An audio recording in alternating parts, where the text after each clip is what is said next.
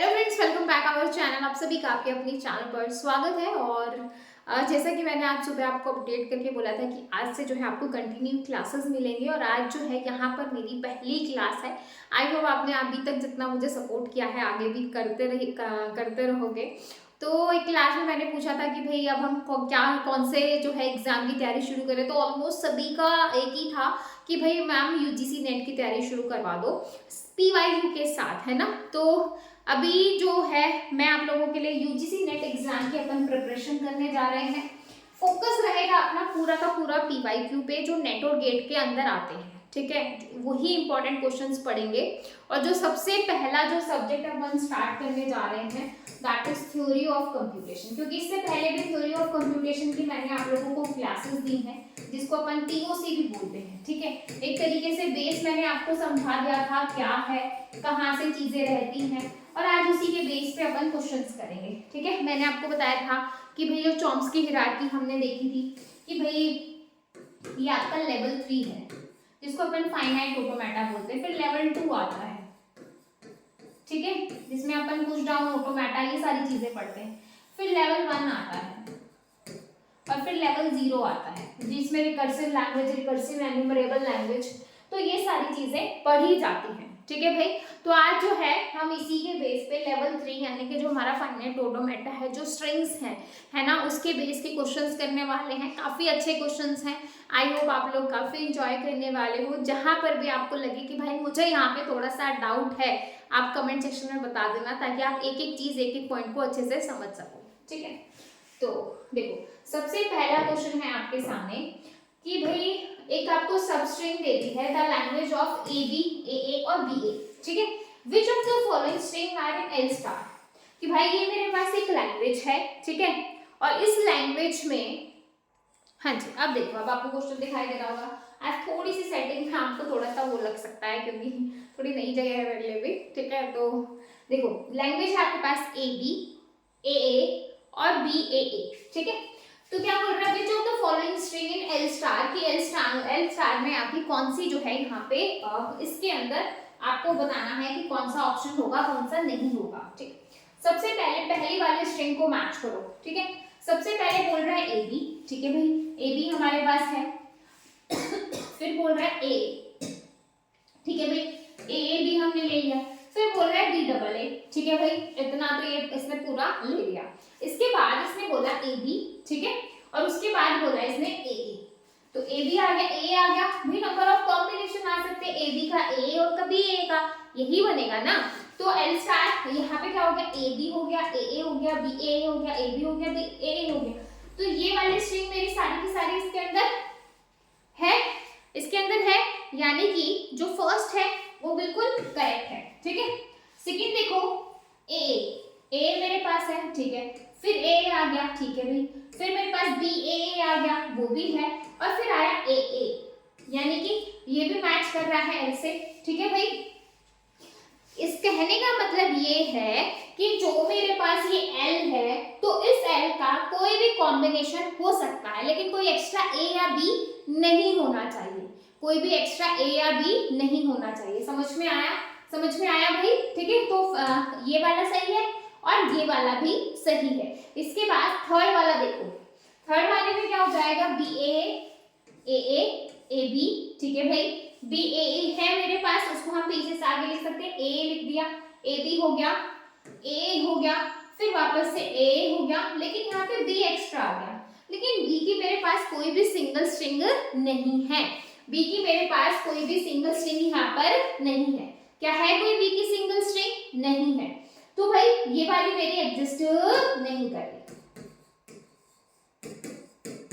इसके अंदर एग्जिस्ट नहीं कर रही, क्योंकि भाई देखो ये वाला कॉम्बिनेशन हुआ, ए का कॉम्बिनेशन हुआ, ए बी का हो गया, ए का हो गया, ए का हो गया, लेकिन ये मेरे पास बी एक्स्ट्रा आ गया। अगर इस बी के पीछे ए लगा देती या फिर हाँ इस बी के पीछे दो ए लगा देती तो ये सही होता, ठीक है। समझ में आया भाई, तो यहाँ पे ये वाला ऑप्शन आपका नहीं होगा।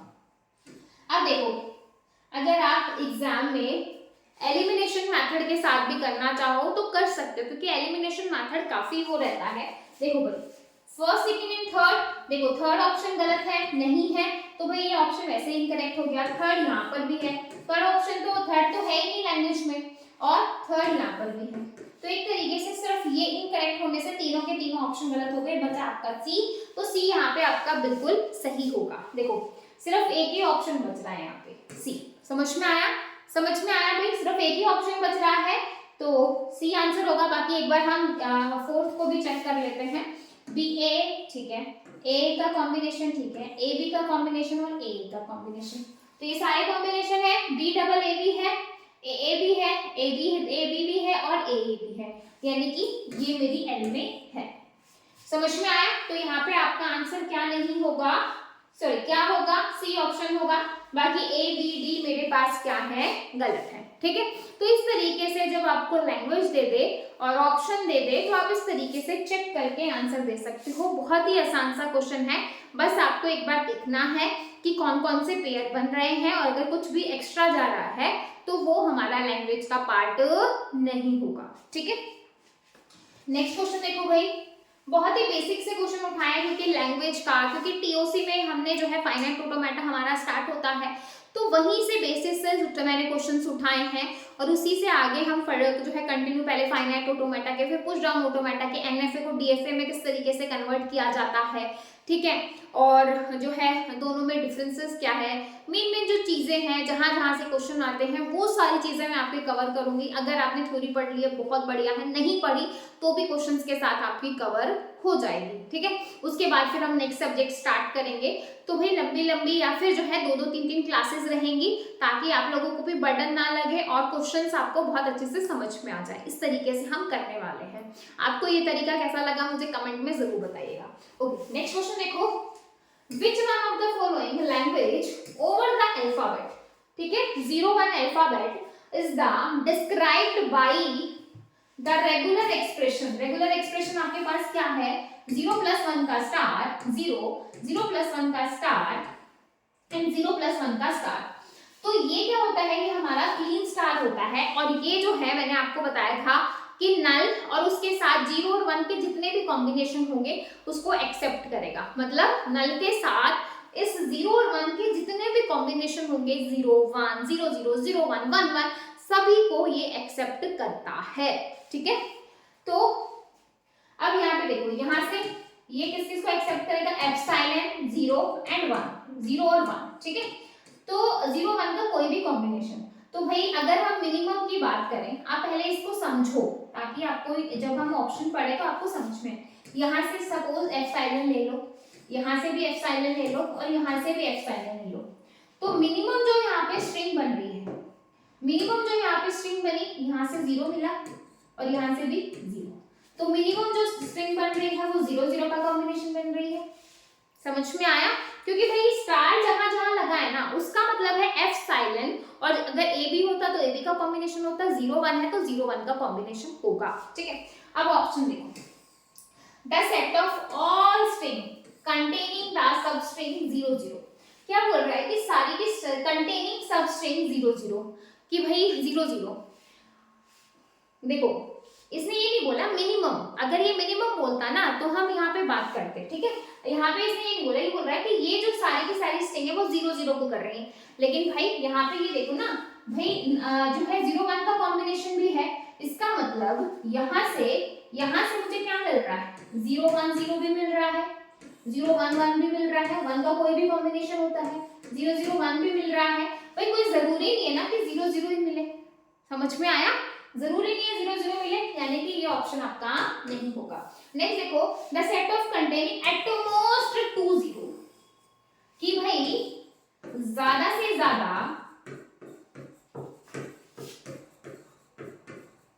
2 0 मिलते हैं। एट मोस्ट का मतलब है कि ज्यादा से ज्यादा आपको सिर्फ यहाँ पे 2 0 मिल रही है, ज्यादा से ज्यादा सिर्फ 2 0। ध्यान से समझना इस पॉइंट को। अब देखो भाई यहाँ से भी 0 मिल सकती है, यहाँ से मिल सकती है, मिनिमम देखो 2 0 तो यहाँ पे है भाई, 2 0 तो मिनिमम स्ट्रिंग जो मेरे पास जनरेट हो रही है 2 0 तो हो ही रही है।